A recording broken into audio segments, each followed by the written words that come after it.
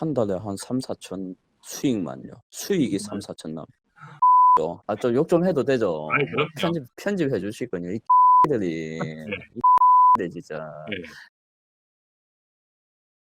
간단한 자기소개 부탁드릴게요. 41살이고요. 주유소를 하고 있고요. 한지는 10년 정도 되고, 뭐, 그 정도 되겠습니다. 주유소를 처음 하게 된 계기가 있으실까요? 가족이 우선은 인수를 했는데, 믿고 운영할 사람이 없어가지고, 부모님과 상의하에 사업자를 내고, 전월세 계약을 맺고, 지금 수익에서 부모님께 월세를 드리고 하고 있는 상황입니다. 주유소가 몇 평 정도 되세요? 170 후반 정도 됩니다. 네. 180평이라 보시면 되고요. 그 정도면 창업하는데 비용이 꽤 드나요?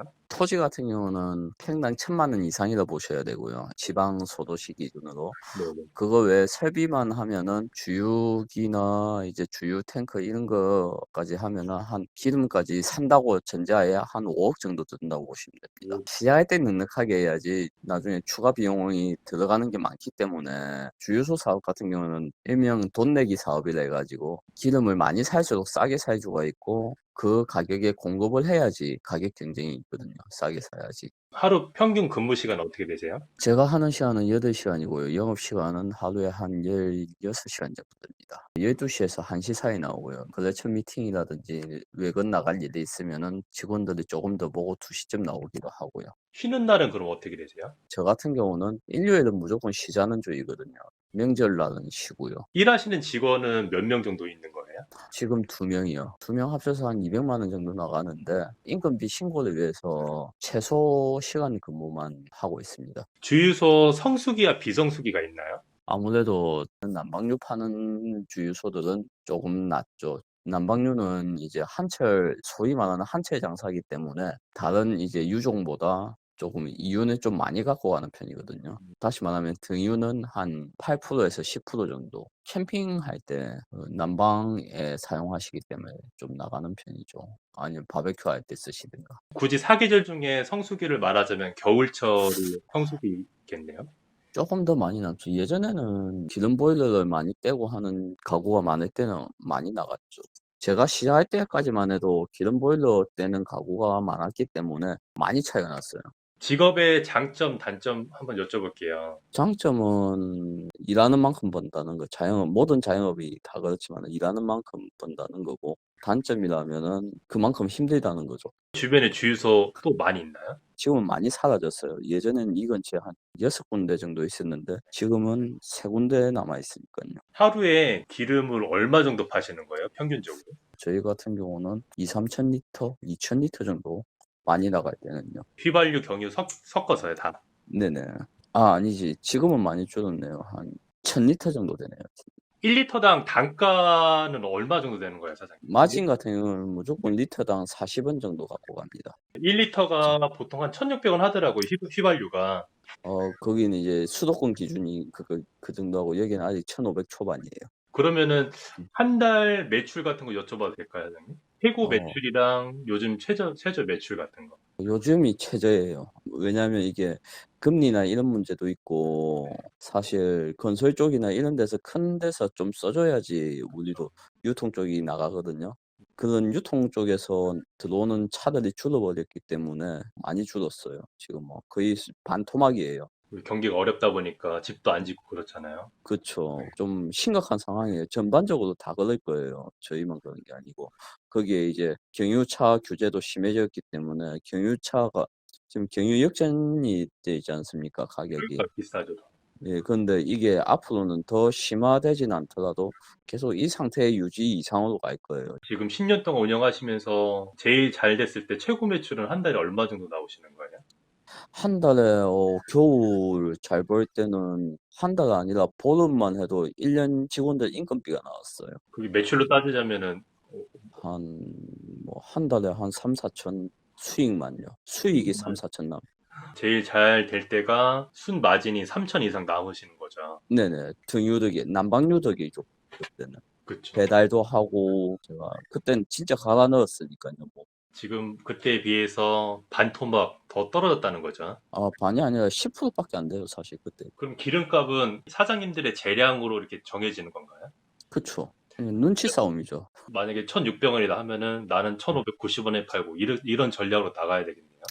그렇죠. 한 1-2원이라도 싸면은 들어오니까요. 그렇게 되면 이제 치킨 게임이 되는 거죠. 그쵸. 그래서 이제 그렇게 안 하고 보통 5원 차이 내외로 놔두는 거죠. 이 같은 블록에 있는 주유소들은. 일반 주유소하고 알뜰 주유소 차이점이 뭘까요? 국가에서 지정한 공동 구매가 가능하기 때문에 우리 같은 이제 정유사에서 바로 받는 데보다 좀 싸게 받을 수가 있어요, 원가를. 대신에 차이는 정유사들은 보통 카드사랑 제휴가 돼 있기 때문에 카드사 할인을 많이 받을 수 있고 적립도 가능하잖아요. 근데 알뜰 주유소 같은 경우는 그게 적어요. 아, 이제 카드사 할인이나 이런 유료 지정 할인 이런 게 할 수 있는데 한계가 있죠. 실제로 할인받아서 보면은 나중에 실제 주유한 가격은 정유사 폴을 달고 있는 주유소에서 넣는 게 쌉니다. 일반 주유소가 더 이득이다는 거죠. 예, 알뜰 가시는 게 이제 소비자 입장에서는 이익이라는 거죠. 그쵸. 눈앞에 보이는 이득 때문에. 예, 그런데 이제 시각적인 효과 때문에 알뜰 주유소는 지금 당장 싸게 팔 수 있으니까 들어가게 되는 거죠. 풀 서비스 주유소랑 셀프 주유소 이 인건비 차이가 많이 있을까요? 없다고 보시면 돼요. 왜냐하면은 주유소는 항상 관련 법상 위험물을 다루기 때문에 위험물 안전관리자 및 대리인이 상주해 있어야 되거든요. 그래서 직원 상주가 관련 법상으로 의무입니다. 그렇기 때문에 셀프 주유소라고 해서 사람이 없으면 안 돼요. 직원을 기왕 쓰는 거니까 손님들한테 서비스를 잘해 주자는 의미에서 셀프로 안 바꾸는 게 있죠. 내리기 싫어하시는 손님들도 있거든요. 조금이라도 대접받는 기분이라도 들으실 수 있으니까 저희가 더 풀서비스 주유소는 그걸 소비자들의 그런 심리를 공략하는 거죠.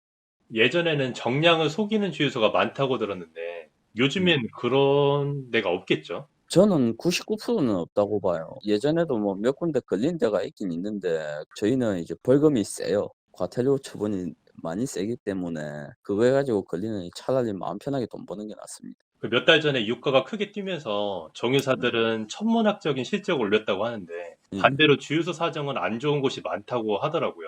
아 그건 좀 울컥하는 경우가 많은데 네. 어 좀 욕 좀 해도 되죠. 아니 뭐 그럼요. 편집해 주실 거냐 이 들이 네. 이 진짜. 네. 제주는 곰이 고 돈은 떼놈이 그쵸, 챙긴다고. 그쵸, 그쵸. 정유사는 떼놈 새끼들입니다. 왜냐하면은 우리는 이제 정유사에서 일방적으로 공급받는 가격에 거기에 마진을 붙여서 팔잖아요. 이런 적이 있었어요. 한 예로 1,600원 하다가 한 달 만에 1,800원까지 뛴 적이 있었어요. 이게 저희가 띄우고 싶어서 그렇게 띄웠겠습니까? 네. 정유사가 그런 가격에 주니까 띄우는 거 그쵸, 아니겠습니까? 그쵸. 근데 소비자들은 어디 와서 욕하겠어요. 주유소 요가죠. 주유소 와서 욕하잖아요. 비쌀 때는 금방 올리고 쌀 때는 천천히 내린다고 하는데 마진율은 똑같아요. 누가 비싼 그걸 받아 가지고 싸게 팔고 싶겠습니까? 보통 월말에 받아서 그다음 달에 파는 구조거든요. 한꺼번에 올리는 주유소들은 지금 안 팔겠다는 거예요. 천천히 나가도 되니까 지금 안 팔고 리스크를 한 번에 줄이겠다는 거고 천천히 올리는 주유소들 있지 않습니까? 그런 주유소들은 천천히 이제 리스크를 조금씩 줄여 나가겠다는 주유소들이에요. 그러니까 판매 방식이에요, 거기서도. 요건 이제 우리가 항상 주유소 사장들이 먹어야죠. 기억에 그 남는 손님 있으세요? 기억에 남는 손님요. 많죠. 주유소에서 미친 척하고 아가리에 담배 물고 지나가는 인간이 일주일에 한 명 이상은 있다는 거. 간혹 가다 기름은 안 넣고 화장실만 이용하는 사람들도 있나요?